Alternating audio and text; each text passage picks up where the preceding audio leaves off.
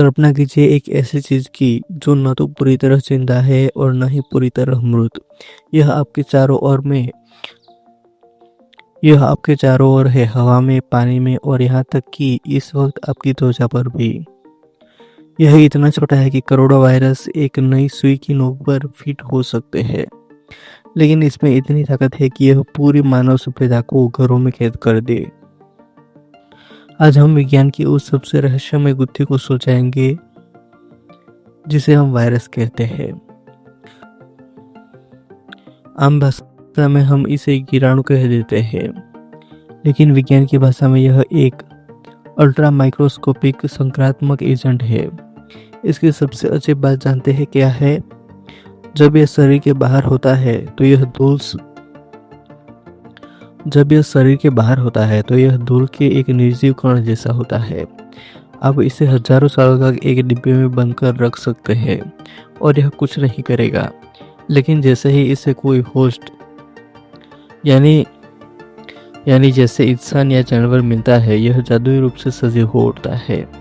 इसलिए वैज्ञानिक इसे सजीव और निर्जीव के बीच की एक कड़ी यानी ब्रिज समझते हैं।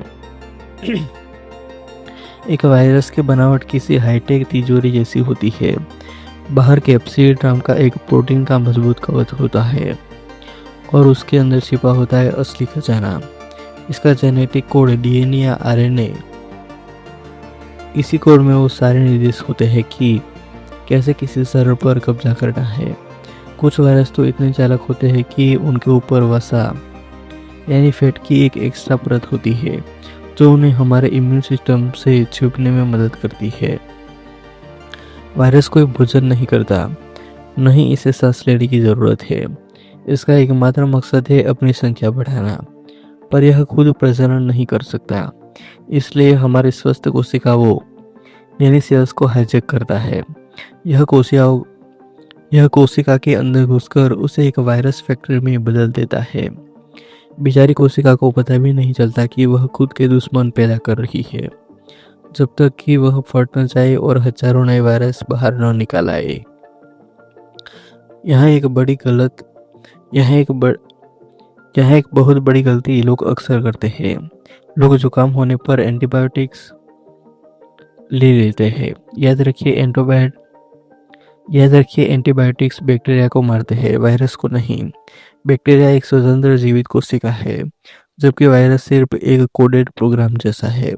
वायरस से लड़ने का सबसे बड़ा हथियार है वैक्सीन है, जो हमारे शरीर को पहले ही ट्रेनिंग देती है कि दुश्मन को कैसे पहचानना है। दुनिया में जितने सितारे हैं शायद उससे कहीं ज्यादा वायरस के प्रकार है। कुछ सिर्फ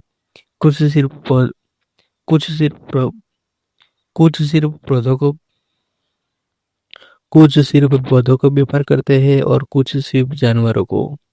एक बैक्टीरियोफेज नाम का वायरस तो ऐसा है जो सिर्फ हानिकारक बैक्टीरिया को खाता है।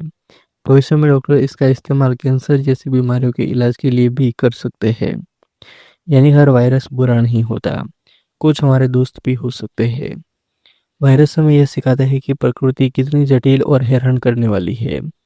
जिस तरह एक छोटा सा वायरस अपनी जानकारी यानी इंफॉर्मेशन को तेजी से फैलाकर अपना अस्तित्व बचाता है, उसी तरह सही जानकारी का प्रसार समाज को सुरक्षित रखता है।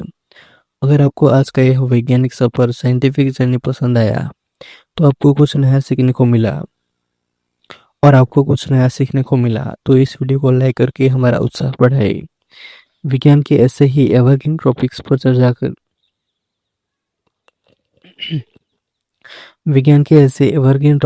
चर्चा के लिए हमसे जुड़े और सब्सक्राइब बटन दबाइए। इस जानकारी को अपने दोस्तों के साथ शेयर करें, क्योंकि ज्ञान बांटने से बढ़ता है। और हाँ, कमेंट्स में बताइए, क्या आप जानते हैं कि दुनिया का पहला खोजा गया वायरस कौन सा था? अपने विचार नीचे जरूर लिखें।